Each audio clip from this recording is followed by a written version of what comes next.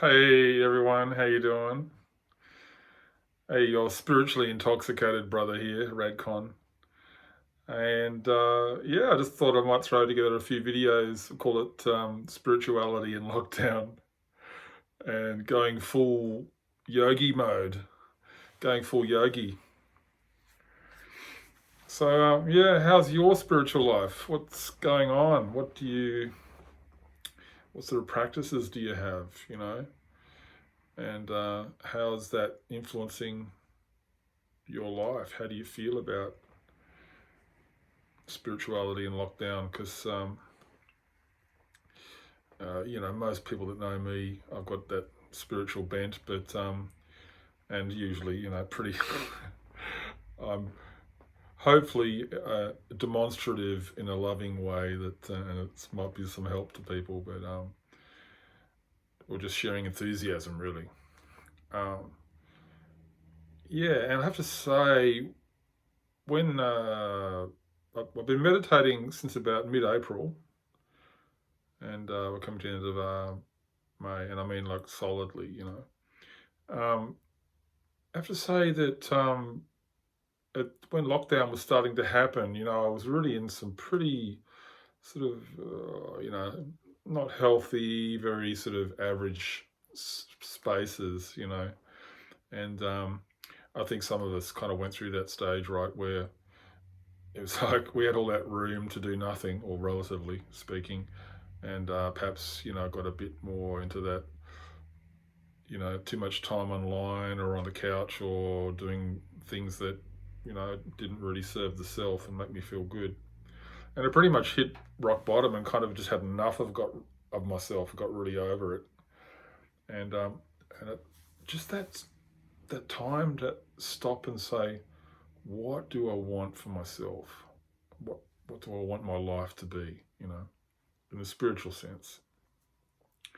And just thinking about, what sort of actions I would take to make that become more real and alive in my life. How should what are my, you could even say, pure desires? What are my desires? What hopes do I have for my spirituality, my spiritual life? And really, really strong, real feelings. What are my feelings? What are my best hopes and my best feelings for myself? And just really connecting with those.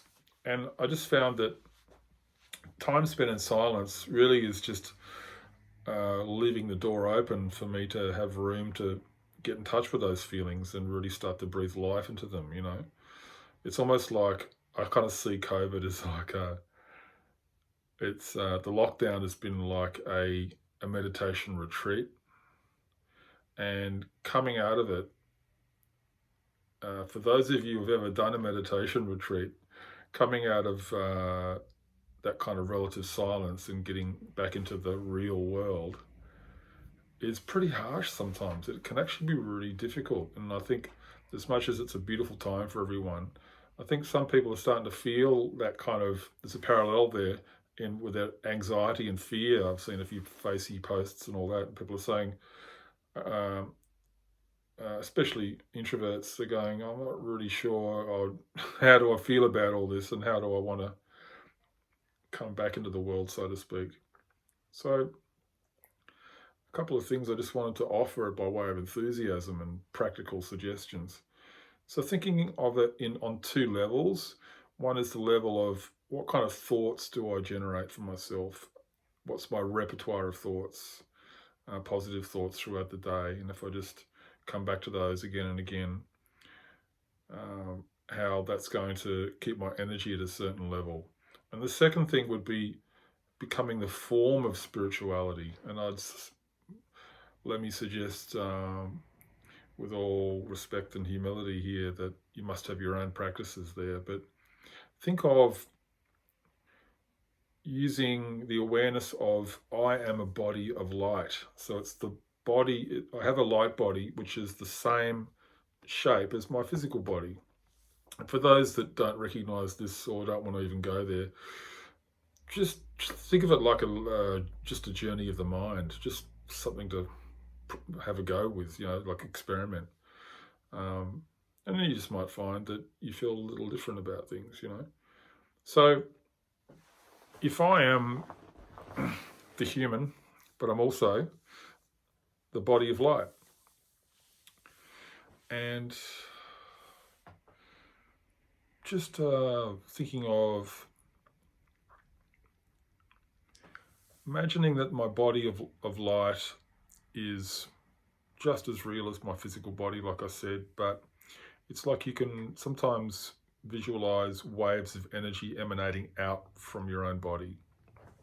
You must have seen all those sci-fi films and all that sort of stuff where people, the end of Star Trek, the motion picture comes to mind, where, we visualize the subtle body or the body of light, and just try it. Even just sitting in my chair now, I can feel a change of energy when I say that. Especially some of my great spiritual friends would say, using the expression, I am such and such, I am in a body of light. It's kind of owning it and making it real, as opposed to just like a calling cards of spiritual ideas. So I am sitting in a body of light. Simple. It's just really, there's no kind of heavy kind of philosophy or weird kind of practice going on there. Just try it. And you'll feel your energy kind of shift. And then let me introduce a beautiful word to you. It's called drishti. Drishti is the Hindi word for vision. So if I have the practice of walking around in my light body, then I can have that vision on other people as also walking around in their light body. So what the hell is a light body in terms of characteristics of the person? Well, I would suggest it's what people used to call the higher self, or the original self is a beautiful word, because if we think about things that are associated with the body, so much talking about the layers of identity that we learn through the world, right? Like, I am a drummer, I am 6'3" male Tasmaniac. These are all beautiful things, but they're really layers of reality that I've taken on board.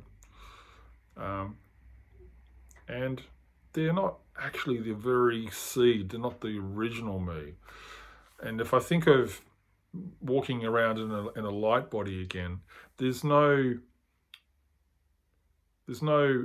cultural baggage or baggage of sex, creed, race, religion, anything there. It's just, I'm just walking around in my physical, spiritual body, right? Bit of a Freudian slip there. But it should be a way of like me really feeling like I'm bringing the physical and spiritual together. I think that's why I like it so much. Okay, so that's the spiritual, taking the spiritual form, the drishti, right, of seeing others in their spiritual form or light body. And then the aspect of having spiritual thoughts, powerful thoughts, because, people have been talking about having anxiety or fear about what's it going to be like after lockdown. Like, I don't want to be drawn into too much craziness. I mean, it's going to be so much happiness too, right? But I think the sort of aspects of being extrovert and being thrown back into work or dealing with people's behaviours and all that sort of stuff that creates anxiety in the self, These two things, like the idea of being in my light body and having powerful thoughts, go hand in hand. So even just saying I am a spiritual being, I am a peace messenger, I am a spiritual warrior. Now this brings up beautiful, deep feelings, powerful feelings, and that really energizes the light body. Also, just try and appreciate everyone that comes in front of you. I'd suggest don't look at the whole package like this.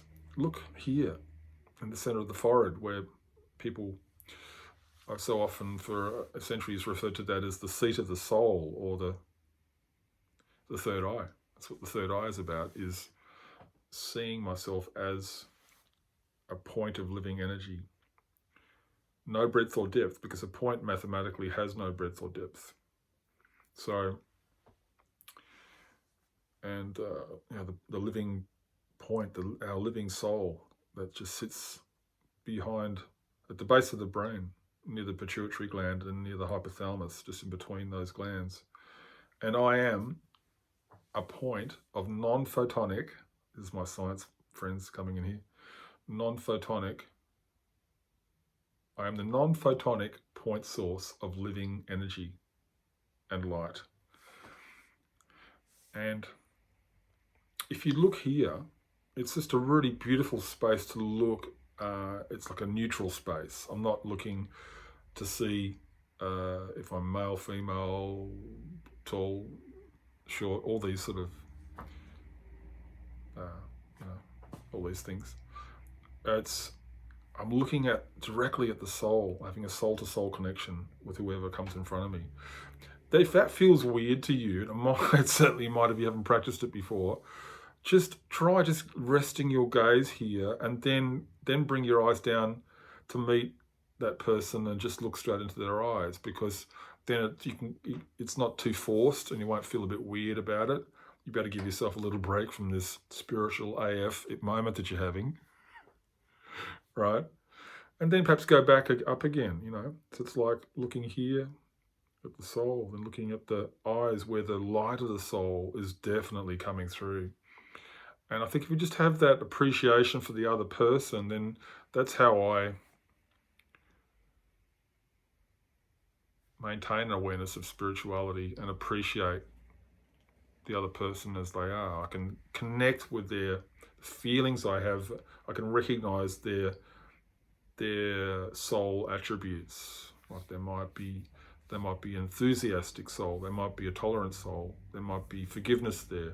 There's all these layers of feeling I'm going to experience each time I have my drishti, I exercise that beautiful experience of, having drishti, having that vision on that soul. So anyway, this is just a recap. So taking the spiritual form of the body of light, having powerful thoughts for the self, and drishti. Anyway, I hope that's practical enough for you, and that's some kind of help. And just share your experiences, and I'll try and keep the other ones a bit shorter, and see how we go. Just let's have some discussion and talk about our experiences. And so I've got so many beautiful friends here in our beautiful home of Hobart, where you've got Kev the Rev. Hey Kev. You got TV Tom Vincent. He must be doing Tapasya, the Buddhist dear brother, power brother, the Buddhist power brother. You got Finn Seacom, the Raj Rishi. And you got Isaac G, the poet intellectual. Yeah, and so spirituality takes so many forms, hey? Anyway, lots of love, just sharing some beautiful ideas. And catch you soon.